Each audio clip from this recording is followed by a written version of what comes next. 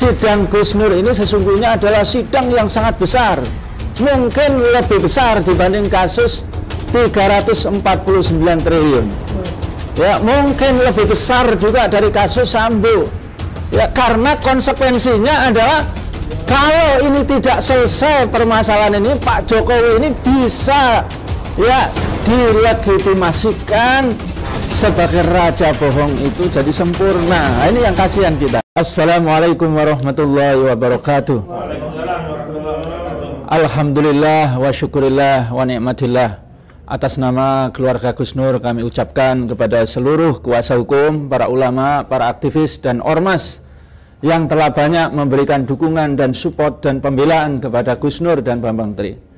Yang kedua, kita sama-sama tahu ya, seluruh rakyat Indonesia ini berharap banyak sebetulnya ya, ijazah Pak Jokowi ini hadir di dalam sidang. Kenapa?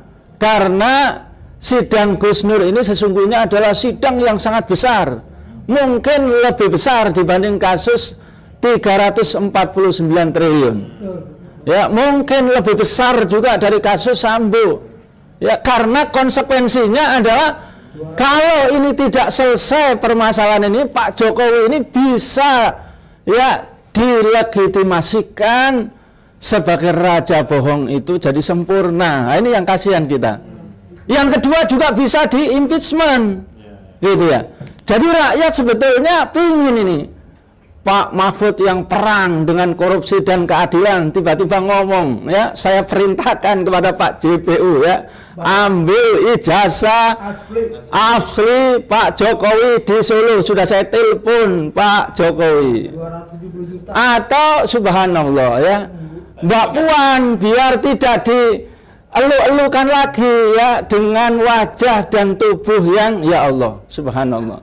Ya, maka dia sebagai ketua DPR memerintahkan juga Pak Jokowi biar tidak saya impeachment, tolong diantar ijazahnya Pak Jokowi yang asli. Atau mungkin singa podium Arteria Dahlan. Wow, akan saya buat panja kalau Pak Jokowi tidak. Iya. Nah, sebetulnya rakyat berharap itu, saudara-saudara sekalian ya. Nah, yang kedua, mungkin saya barangkali ingin menyoroti sisi lain. Saya sangat miris ya sebagai teman saudara Gus Nur ini, ya Allah. Ya, JPU saudara Aprianto Kurniawan ketika diminta kuasa hukum, tolong hadirkan ijazah yang asli itu, Bang.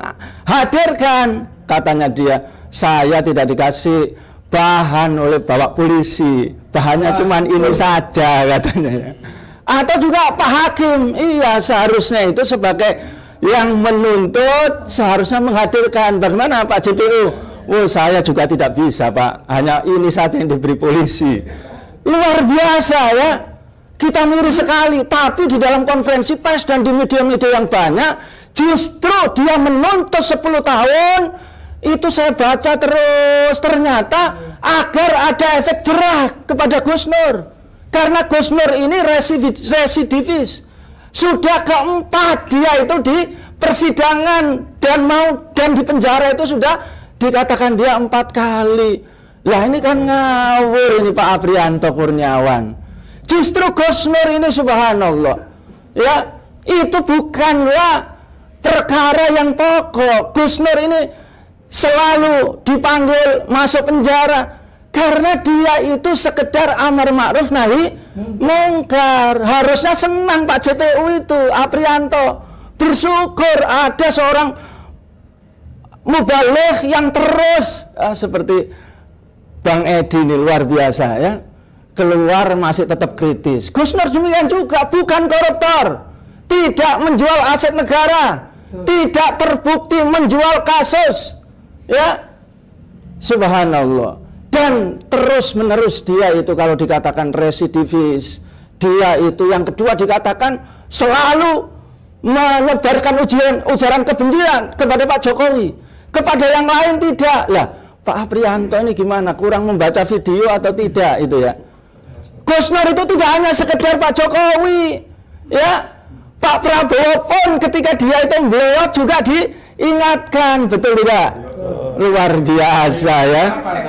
Ulama-ulama Melenceng ya. yang melenceng, ya Allah. Ulama-ulama yang dibayar, ulama-ulama yang kempes, banyak disebut oleh Gus Nur. Ya Allah, Pak Aprianto, ya. Demikian juga Gus Nur ini rajin ya membantu ketika gempa. Videonya banyak, rajin membangun masjid, rajin membangun rumah-rumah orang yang tidak mampu, yang roboh. Nah, itu tidak hanya Pak Jokowi, Pak. Itu ya. Nah, jadi sekali lagi, maka semua yang dilakukan oleh kuasa hukum ini saya ucapkan jazakumullah khairan katsira dan menyadarkan umat.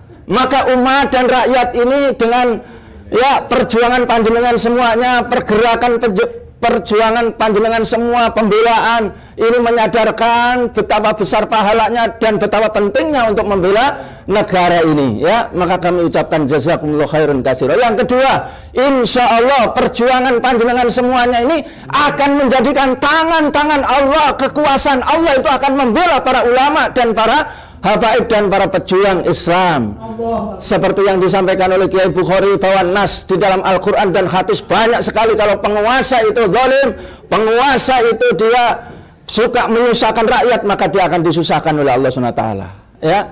Bahkan Rasulullah titip pesan doa kepada kita ya, Bismillahirrahmanirrahim, Allahumma man waliya min amri ummati syai'an fasyaqqa alaihim faskuk alaih, wa man waliya min amri ummati syai'an farafaqqa bihim farfuq bih.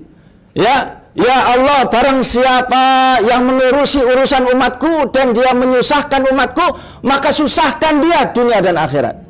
Dan barang siapa ya orang yang mengurusi urusan umatku dan dia memudahkan, menyayangi maka umatku, maka dia mudahkan dan sayangi ya dunia dan akhirat. Mudah-mudahan dari doa ini yang dipesan oleh Rasulullah ini juga memiliki makna bahwa pasti pemimpin atau penguasa yang zalim, pemimpin dan penguasa yang bohong, kalau tidak kita hentikan maka pasti akan dibinasakan oleh Allah SWT. Pasti akan disengsarakan oleh Allah SWT. Takbir. Takbir. Ini yang harus menyadarkan Bapak Hakim, maka wajib Gus Nur ini dibebaskan. Takbir. Gus Nur ini wajib dibebaskan. Dan tidak lupa para habaib, para ulama, para aktivis ormas Islam yang ada di Jawa Tengah, hadiri pada tanggal 18 jam 9 hari Selasa di Pengadilan Surakarta. Kita semuanya hadir berduyun-duyun. Insya Allah Bapak Hakim akan terketuk karena takut akan siksa dan hisab Allah SWT dunia dan akhirat. Assalamualaikum warahmatullahi wabarakatuh.